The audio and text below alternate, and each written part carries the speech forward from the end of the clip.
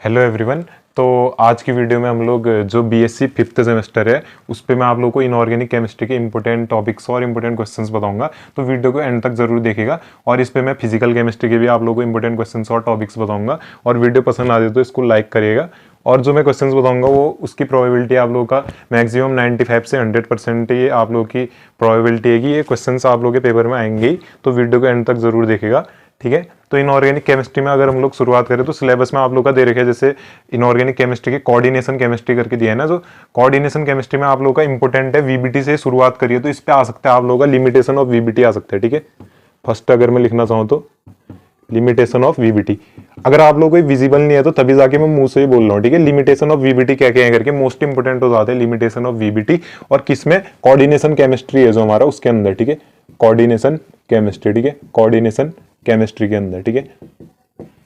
I hope कि ये visible होगा आप लोगों को। विजिबल नहीं है तो तभी मैं मुंह से बोल भी रहा हूँ। वीबीटी के क्या लिमिटेशन है, फिर लिमिटेशन ऑफ वीबीटी इंपोर्टेंट है तो इसके बाद सीएफटी भी इंपोर्टेंट हो जाएगी, ठीक है। सीएफटी इंपोर्टेंट कैसे हो जाएगी, क्योंकि सीएफटी इसी के बाद का टॉपिक है। तो सीएफटी के ऊपर नोट आ सकते हैं, सीएफटी कैसे क्या क्या करके हम लोगों को बता दें, क्रिस्टल फील्ड थ्योरी और उसके क्या क्या सैलिएंट फीचर, ये तो है ही। सीएफटी पूरा ही इंपोर्टेंट है वैसे, सीएफटी एक बार देख लेना, पढ़ लेना इसको, ठीक है।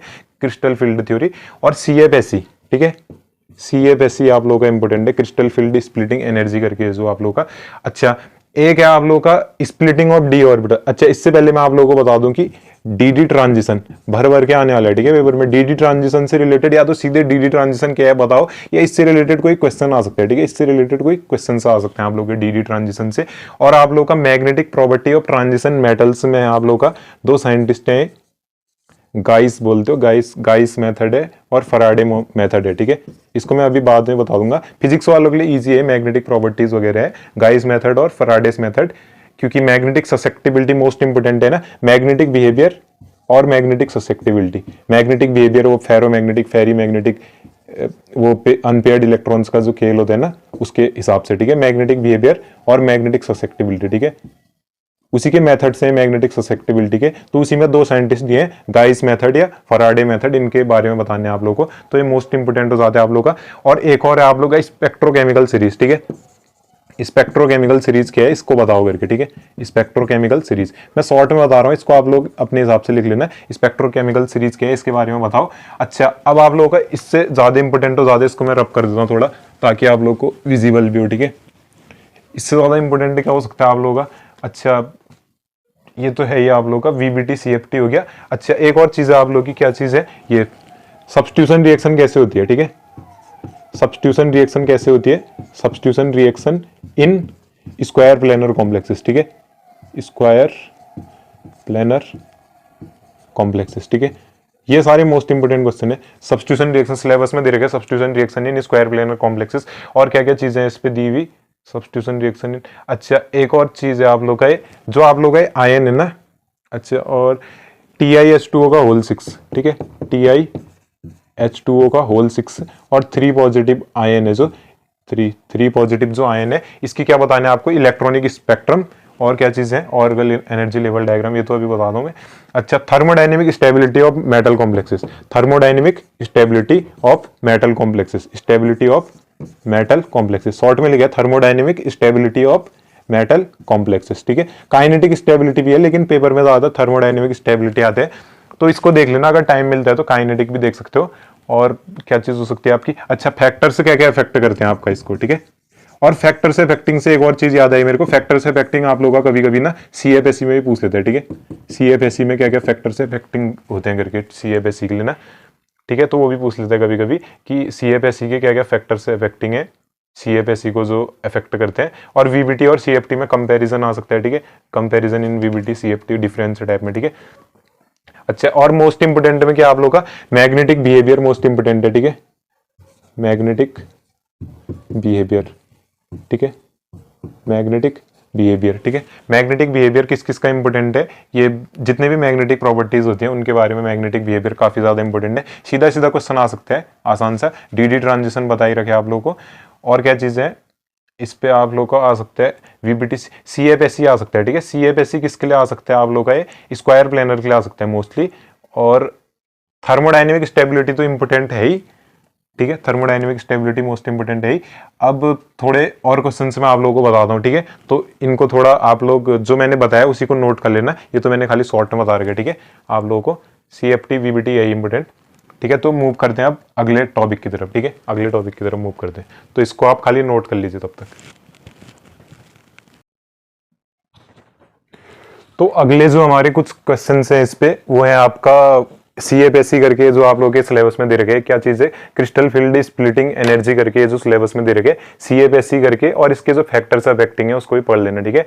अच्छा, क्रिस्टल फील्ड स्प्लिटिंग एनर्जी करके, और किस किस के लिए, सभी के लिए, ऑक्टाहेड्रल, टेट्राहेड्रल, स्क्वायर प्लेनर का तो पेपर में भी आ रखे, ठीक है। कौन सा आ रखे, स्क्वायर प्लेनर का पेपर में भी आ रखे, ये मैंने अभी शायद बताया था कि स्क्वायर प्लेनर में स्प्लिटिंग कैसे हो रही है, क्रिस्टल फील्ड स्प्लिटिंग, वो आ रखे पेपर में, और क्या क्या फैक्टर इसको अफेक्ट करते हैं, कंट्रोल करते हैं उस टाइप से।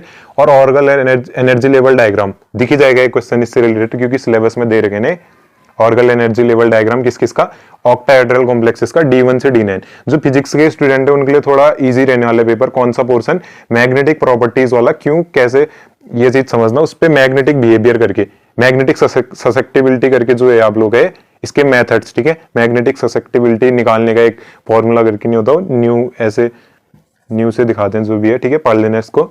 मैग्नेटिक बिहेवियर वगैरह बताने का, अनपेयर्ड इलेक्ट्रॉन जो जो चीजें होती है, और methods for determination of magnetic susceptibility, ये पेपर में आ रखे हैं पहले भी और पूछा भी जाएगा, मैंने आप लोगों को पेपर ग्रुप में शेयर भी करा था, ठीक है।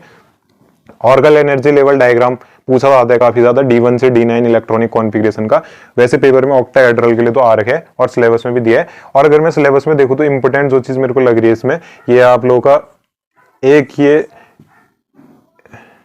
गाइस मेथड है, पता नहीं साइंटिस्ट का नाम है, गाइस एंड फराडे मेथड, ठीक है। इनमें से एक तो बन ही सकता है, मुझे ऐसा लग रहा है, ठीक है। एक बार इसको भी देख लेना, किसके लिए ये मेथड फॉर मैग्नेटिक ससेप्टिबिलिटी निकालने के लिए, गाइस मेथड या फैराडेस मेथड, क्योंकि ये पेपर में पूछा जाता है ना काफी बार। और ये मैग्नेटिक ससेप्टिबिलिटी के बारे में तो आएगा ही, मैग्नेटिक बिहेवियर जो जो होते हैं फिजिक्स वालों को सबको पता होगा, ये इजी रहने वाला है आप लोगों के लिए थोड़ा। मैग्नेटिक बिहेवियर, फेरो मैग्नेटिक, एंटी फेरो, फेरी जो जो होते हैं ना, ठीक है, तो उसको भी देख लेना, वो आएगा पेपर में एक ना एक क्वेश्चन उससे।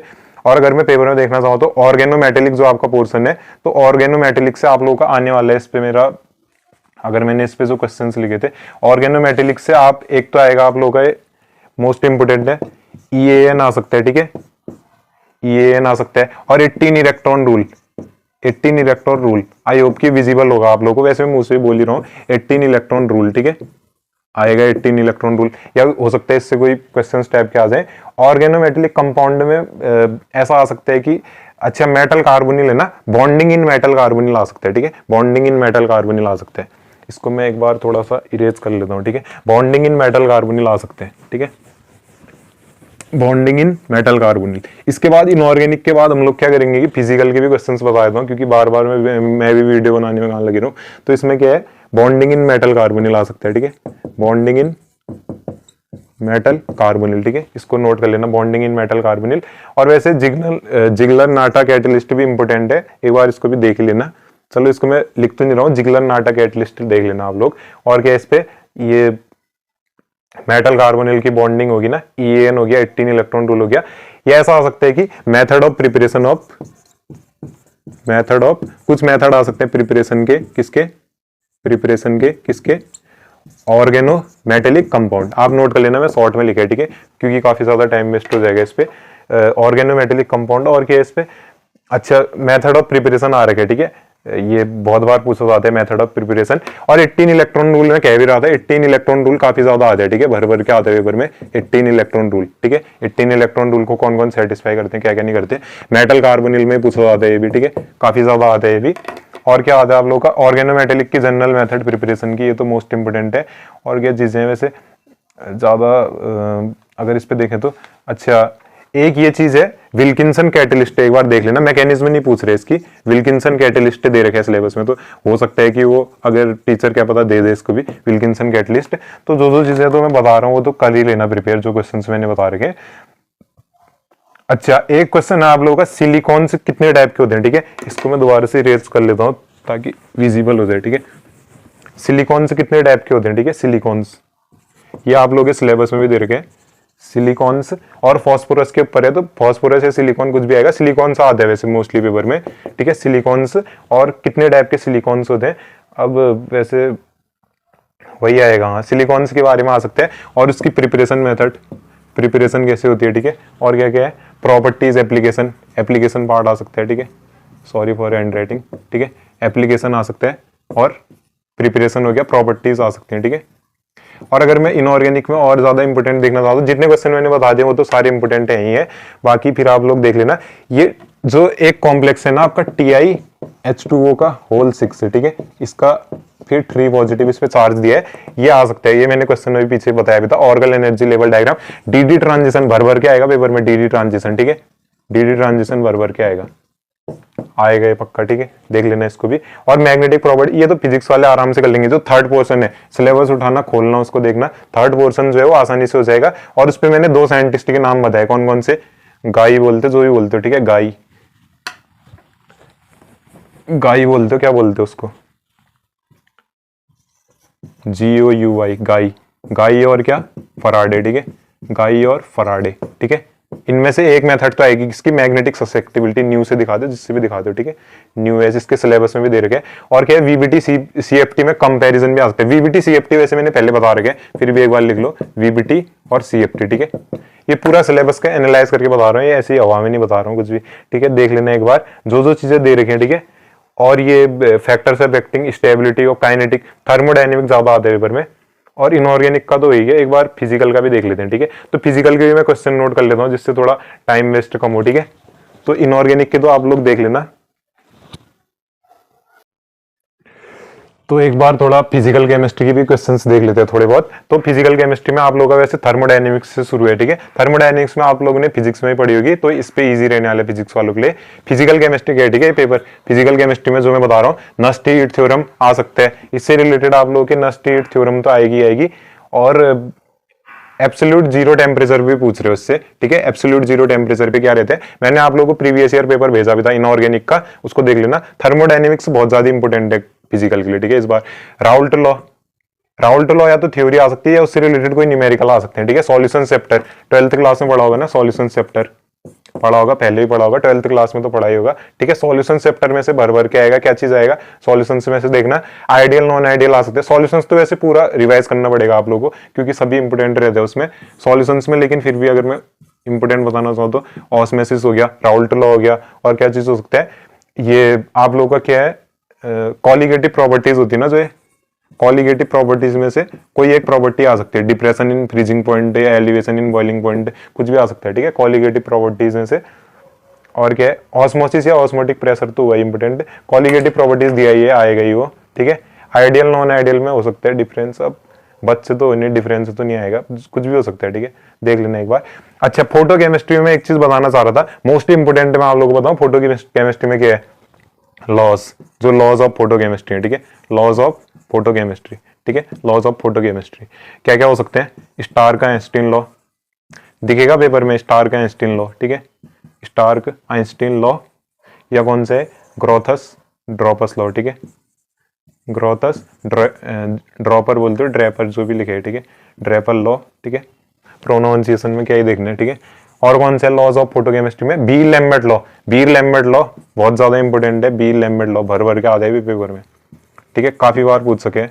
बी लैम्बर्ट लॉ हो गया, और कौन से, स्टार का आइंस्टीन लॉ भी है इंपॉर्टेंट, लेकिन ये सारे तो स्टार का आइंस्टीन लिखा ही है, ठीक है। बी लैम्बर्ट हो गया। और थर्मल और फोटोकेमिकल प्रोसेस, वो उसने सिलेबस में खुद ही दे रखे हैं, थर्मल और मैंने नोट से दिए थे, ठीक है, उसमें देख लेना। थर्मल और फोटोकेमिकल प्रोसेस में क्या है डिफरेंस, ठीक है। थर्मल और फोटोकेमिकल प्रोसेस में डिफरेंस, ये लाइट की प्रेजेंस में होती है नहीं होती है, वो सारी चीजें, ठीक है। थर्मल और फोटोकेमिकल प्रोसेस ये फोटोकेमिस्ट्री में है जो, ठीक है, उस पर डिफरेंस। और नस्ट-हीट थ्योरम तो आएगा ही, एब्सोल्यूट जीरो टेम्परेचर में भी हो सकता है, ठीक है। उसका क्या चीज, ये रेसिडुअल एंट्रोपी करके थर्मोडायनेमिक्स में ये, और क्या चीज है, सॉल्यूशंस है। थर्मोडायनेमिक्स में और चीजें बताऊं मैं आप लोगों को, लॉज ऑफ थर्मोडायनेमिक्स है, ठीक है, इंपोर्टेंट लॉज ऑफ थर्मोडायनेमिक्स लिख भी दो यहाँ पर को, लॉज ऑफ थर्मोडायनेमिक्स, ठीक है, लॉज ऑफ थर्मोडायनेमिक्स। राइटिंग से क्या ही करने, गंदी हो रही है, ठीक है। और क्या था, कार्नोट साइकिल वगैरह भी वैसे उतना इंपॉर्टेंट तो है नहीं। एंट्रोपी, गिब्स एल्मोल्ड इक्वेशन आ सकती है, ठीक है, गिब्स एल्मोल्ड इक्वेशन। अच्छा, जेबलोन्स की डायग्राम दिया नहीं है क्या? फ्लोरिसेंस फॉस्फोरिसेंस आ सकता है, फ्लोरिसेंस फॉस्फोरिसेंस। अब किसी को लग रहा होगा कि ये तो पूरे सिलेबस से बता रहे हैं। अरे भाई, 5th सेमेस्टर में तो पूरा सिलेबस ही तो बताना पड़ेगा, फिर तुम लोग कल के दिन कहोगे कि ये बताया और वो छोड़ दिया, वो आया नहीं पेपर में, जो आपने बताया उसमें से नहीं आया, जो दूसरे वाले आ गया, तो तभी तो पूरा सिलेबस देख के बताना पड़ रहा है ना।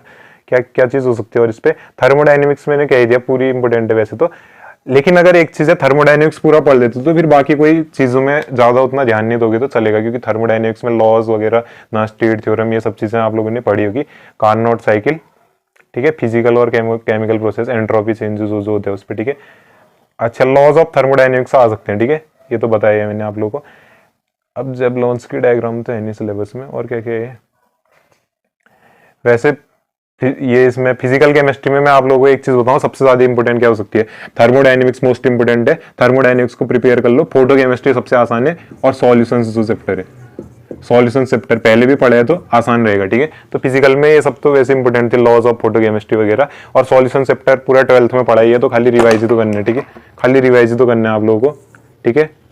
तो वीडियो आप लोगों को पसंद आएगी तो लाइक करिएगा। अब ऐसा है कि इतने सारे टॉपिक ये ऑनलाइन मेरे को पढ़ा पाना तो मुश्किल है थोड़ा, तो मैंने बस बता दिया कि कौन कौन सी चीजें इंपॉर्टेंट है। फिजिकल में बता दिया आप लोगों को, थर्मोडायनेमिक्स इंपॉर्टेंट है और सॉल्यूशन चैप्टर इंपॉर्टेंट है, इसको प्रिपेयर कर लीजिएगा, ठीक है। और वीडियो पसंद आती है तो अपने दोस्तों के साथ शेयर करिएगा और लाइक करिएगा, चैनल पे नए हैं तो सब्सक्राइब करिएगा, ठीक है। Okay, bye.